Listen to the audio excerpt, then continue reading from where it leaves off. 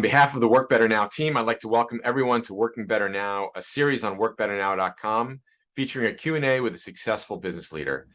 Today, I'm thrilled to be joined by Ed Molitor, CEO of the Molitor Group and host of the Athletics of Business podcast. Ed, thanks so much for joining us. I'm ready to roll. I'm fired up. I appreciate the invitation. It's a great way to start the day. It's really mid-morning, late morning, but let's get after it. Awesome. And Ed, just tell everybody where you're at.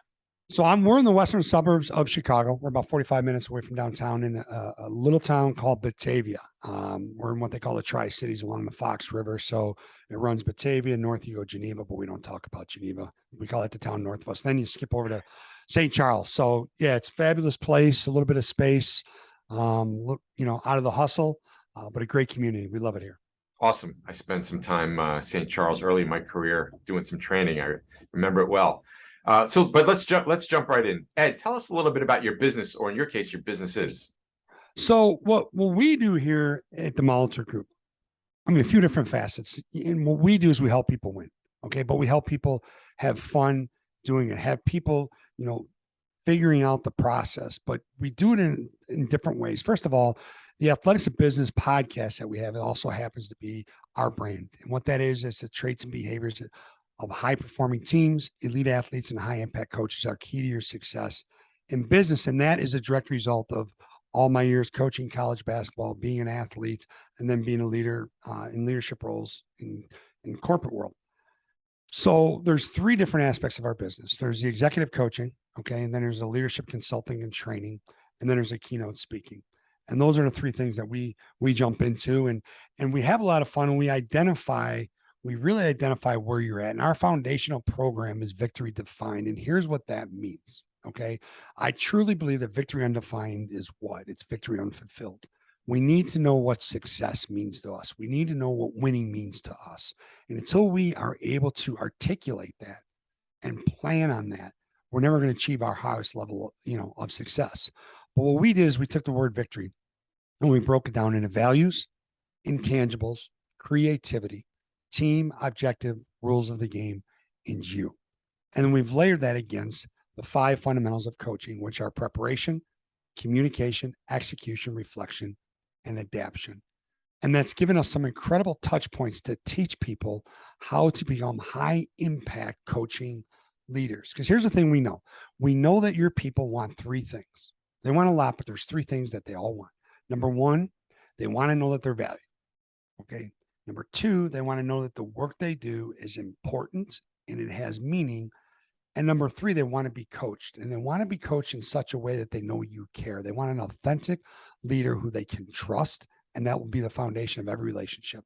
And we really lock into that. In this comes from my coaching days, right? You think about if athletics is your thing, okay? You think about the great coaches, the people who are able to influence and impact you. They're the ones that truly cared and found a way to figure out what makes you tick and to get you emotionally attached to the process. And then those outcomes that you experienced were a direct result of that coaching relationship. Wow. Pretty powerful stuff. I want to ask you a little bit about your background. Before that, give everybody a little bit of an idea of who your clients are, because that'll help paint the picture and give us some perspective. So there's our niche. We've really niched into the life science, biopharma, biotech space. Okay. And the other 2 industries that we spend time in are the recruiting industry and the financial industry, which I have experience in both. Prior to starting the Molitor Group, I was vice president of operations for a recruiting firm where we placed former, exiting, retired military jobs throughout the country. I absolutely loved it. I loved my time with that group. And then when in 1998, when I was assistant coach at Texas A&M, and they asked us not to come back to the office one day. Well, let me rephrase that. They let our head coach go with 3 weeks left to go in the season. We had to finish out the season. But of course, when the head coach gets fired, everybody else follows suit. I wanted to step away. Okay. So I got into the mortgage business in 1998 in Chicago, which was a fabulous time. It was the start of the first refi boom. And I have a ton of experience inside of that world as well. Gotcha. Anything else that you want to add about your background? It sounds like you have a very extensive and varied background. Well, it's really interesting because it's led me to exactly where I'm at today. because growing up a coach's son from the south side of Chicago, who is more well known, forget how many games he's won, he's more well known for the impact he had on his players off the courts than the games they won on the court. Okay. As a matter of fact, we just had a golf outing with a bunch of alumni from his basketball programs, and the stories get better every year. The lies get stretched out even further, but there's a real bond. And that's because of what they went through together, right? And for each other, and what they accomplished together. So when I graduated from college, I decided to go into coaching college basketball. Originally, I was pre-med, but I loved the idea of being able to impact young men. I love to compete. Okay. I love to compete at the highest level. And I just love the game of basketball. And so I did that for 6 years. And then in 1998, like I said, we're at Texas A&M. And I moved from a transactional business. And think about this, because this is really significant. I just told a story about this in my keynote the other day. It was the first time I shared this story. And it was awesome because it really went over well. But I moved from a transformational business, right? Even though many folks view college athletics as a transactional business now. And in some aspects, they are correct, by the way, but that's another conversation. But I moved from a transformational business into what was being run like it was a transactional business. What are your metrics? Like, what are your pre-quals? How many pre-approvals? How much is in your pipeline? What's your close rate? What are you making on the back end? What are your margins? That's what it was. No one talked to me when I left college coaching. It was fake it till you make it. No one sat there and told me, and I should have figured this out on my own. I was old enough and bright enough, but I didn't. Bit immature as a 28-year-old, that I was helping two types of clients when I first got in the mortgage business. First type was young couples that were making the single biggest financial investment of their life up until that point. Probably the first purchase, their first home. Okay. The second clients I was helping during the refi boom was people who were freeing up their hard-earned equity in their homes. Okay. They're either paying down student loans for their kids. They're buying second homes, maybe third homes, maybe investment properties, whatever. So truly, I was helping people transform their lives, but I didn't see it that way because of the way I was being led and the mentors I was leaning into. Okay. And I immediately realized that there was a huge gap in the culture of the world I was living in from the world I came from. And I was uncomfortable, but I wasn't uncomfortable enough to be the agent of change at that age. All I looked at was the cars people are driving, the suits they're putting on. How do I get to that level? How do I increase what my commission is based on my close rate, my close volume? So I kept going back into coaching. I kept bouncing back and forth between coaching and getting back into the business world. And that's when it dawned on me that the best way to be successful is to be true to how you define success, what winning means to you. And to me, it's all about making an impact on the people. And it's not motivation. Okay. Motivation is when, as a leader, as a manager, let's say, okay, you get people to do things that they don't necessarily want to do. But what I really embrace is the inspiration part, inspiring people to do things that even they might not think is possible for them to do. And I think that's what great coaches do. And they do that by getting to know the people that they lead, that's where it was a journey. It was a long journey. Okay. Many people may say it seems like yesterday. It does not. There's a lot of failures, a lot of lessons, and that's what has brought us to where we are today. And that's why we have so much fun doing it. Awesome. That's really incredible how you merged these two, for lack of a better word, interests. It's when you say the way you say it, it just seems like a natural fit, but it probably wasn't obvious at the time. There were some aha moments, and there were some, how did I miss this? Master the obvious, like why, hindsight's 20/20 vision. But there were some moments that it was put right in front of me what I was doing. And if we had more time, I would share the story with you that I shared in my keynote.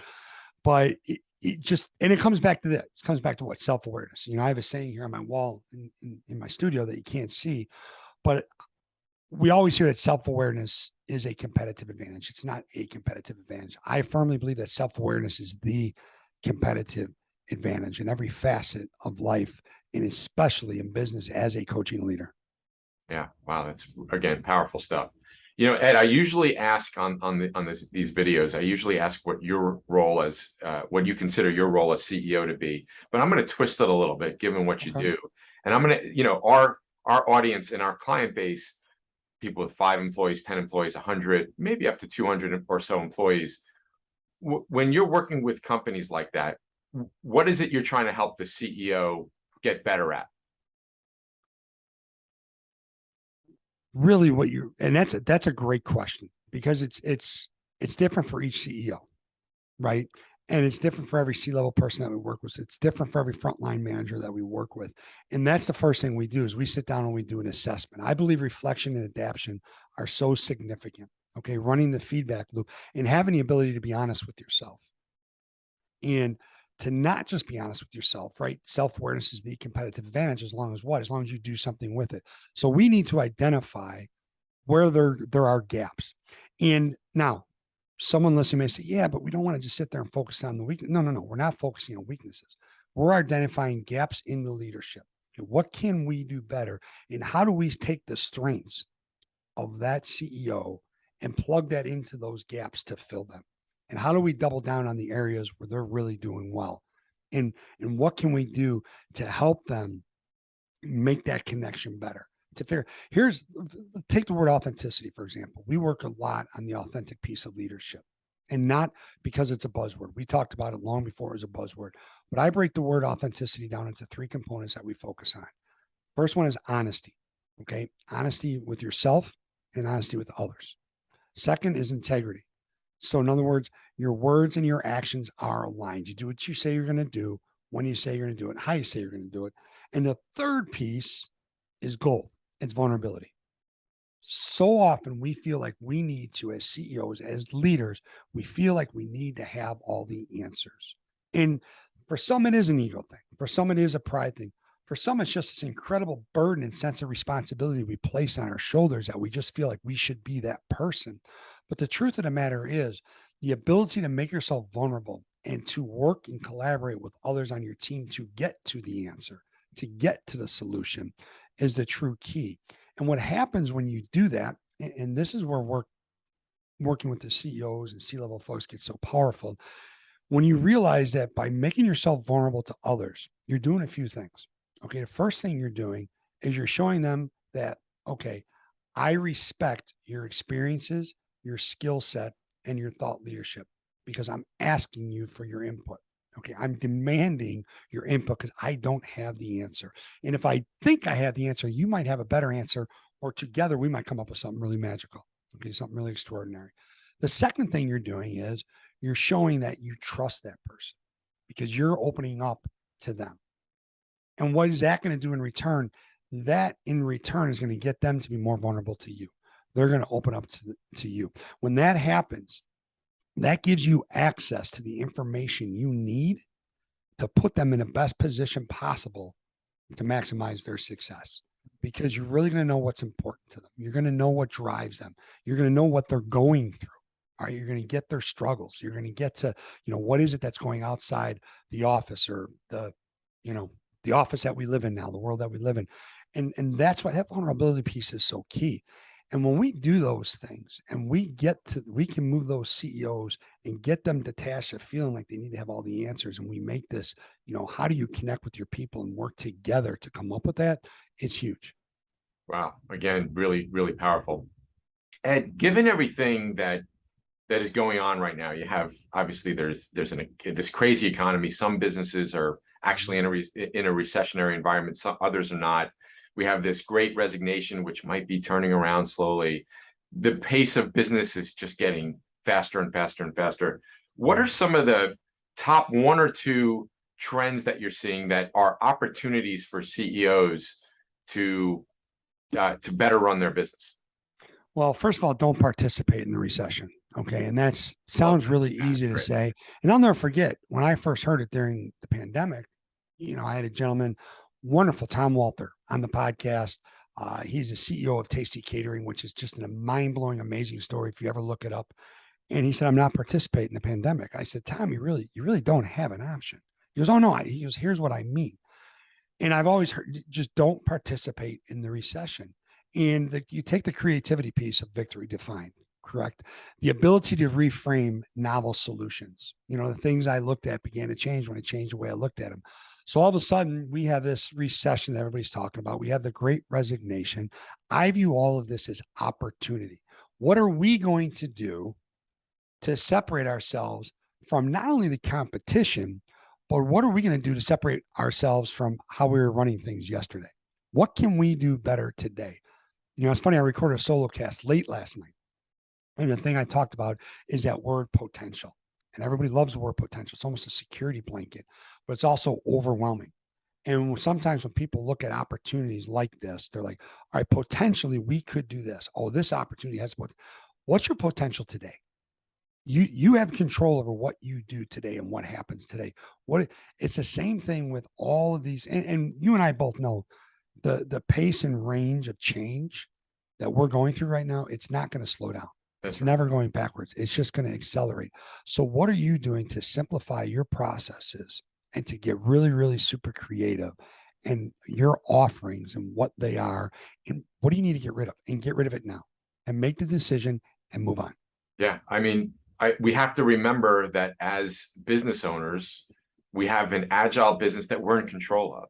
Right. Yeah. So I think that's amazing. I couldn't agree more. Just opt out of the recession. Switching gears a little bit, Ed. What has your experience been with Vianet, your Work Better Now assistant? It has been nothing short of remarkable, of amazing. And I mean this sincerely when I say this. And you're probably the 1,000th person that I've told this to. I don't know where our business would be right now without her. I had no idea, okay, how I overachieved so much when we started working together. Vianet is exactly the type of individual that I was looking for. And when I say exactly the type of individual, I mean how she is grounded by her core values. Okay. How she absolutely knows what she stands for. How she loves doing the little things. Like if I'm struggling with something, I'll say, Vianet, listen, I hate to dump something else on you, but I got this. That's what she'll tell me. I got this. Don't worry about it. I will figure it out. And she does. And what I love, she knows I have 1,000 balls up in the air, and not just with the business, but with the kids, with the family, with other obligations and commitments that I have. And she allows me to take that energy, take away all the distractions, hand it to her to work on it. She'll check back with me. Hey, what do you think of this? And literally I can say, perfect, except maybe this. Can we tweak that? It's done. She coordinates the podcast with our writer, our editor, the social media. She does all of that stuff. We have a weekly VIP newsletter that has skyrocketed since she took over in terms of how unbelievable it looks. I say it looks beautiful. I know that sounds a little corny, but you get it, right? That's the thing that former clients and potential clients are putting in their hands. And she really has absolutely nailed that. She does all of our CRM with Keep. She helps with the calendar. She'll notice when I double book things, not that I do it often, but I do it enough. And she knows how to just engage me in conversations when I'm going too fast, right? And she knows how to slow me down. And really, she speaks the same language, which I had no idea. The interview process is phenomenal. The way you folks do things, it's phenomenal. But like anything, you're not going to get, unless you're completely cognizant and aware of everything that's going on, you're not going to completely understand how much that individual is attached to what you're doing. And I think that's really been the game changer, how much she believes. And there's a trust that's not always easy when you get in this type of relationship, right? In terms of, hey, I'm putting these hours in for you and then I'm out. No, she wants us to succeed. And Vianet and I are a team. I've hired other assistants before, executive assistants before, where it was they were hired to do a job and that's it.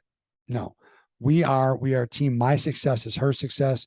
Her success is our success. So it's been an absolute blast. If we could clone her, I'm telling you right now, now you're going to try to figure this one out. I'd hire 3 more of her right now because we need it.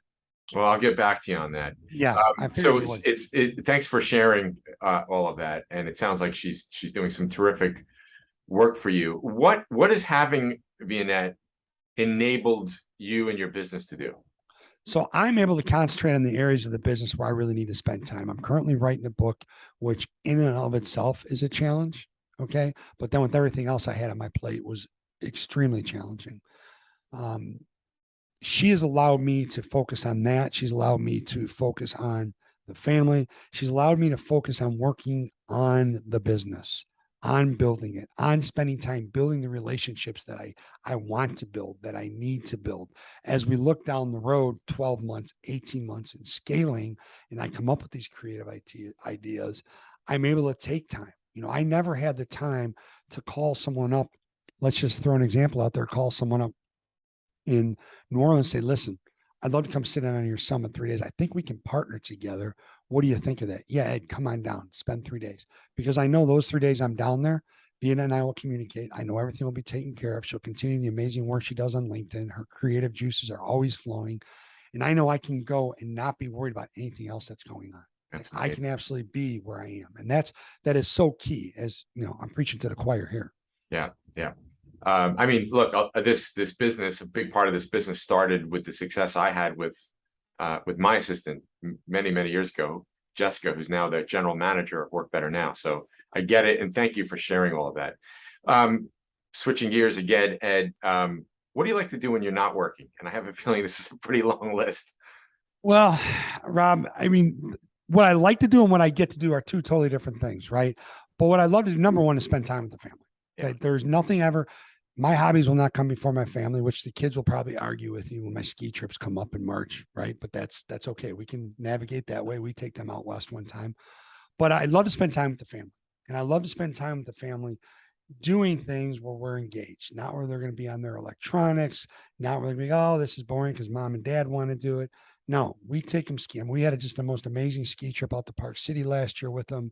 After they learned to ski. Yeah, it's just Park City to me is my new Vail. Like, I'll always love Vail. It's always a special place, but it's way too commercialized right now. But I love to ski.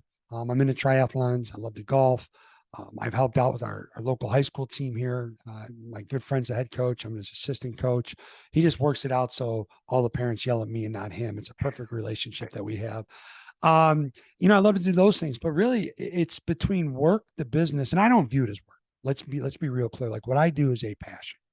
It is an absolute, the look. It doesn't show at all, Ed. It doesn't show. I'm sorry about that. I'll dial it up a notch if I can, but it is. I mean, really, like the other day I delivered this keynote and it was a lot of fun. We had some technical issues on a video, whatever. It is what it is, right? We still had a great time. The conversations I had afterwards, the connections I made, and the feedback I received, the good, the bad, the ugly, I love it. It drives me.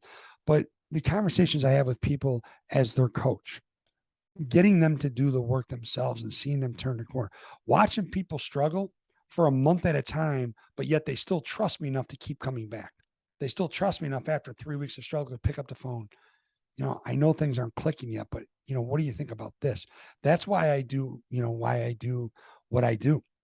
So I don't view it as work, but I want to do as much with the family, love to travel, ski, golf, do triathlons. And that pretty much takes up, most of my time. And it's funny because everything I do, and if you ever when you sit in on a presentation, you'll get this. It's all part of what I present.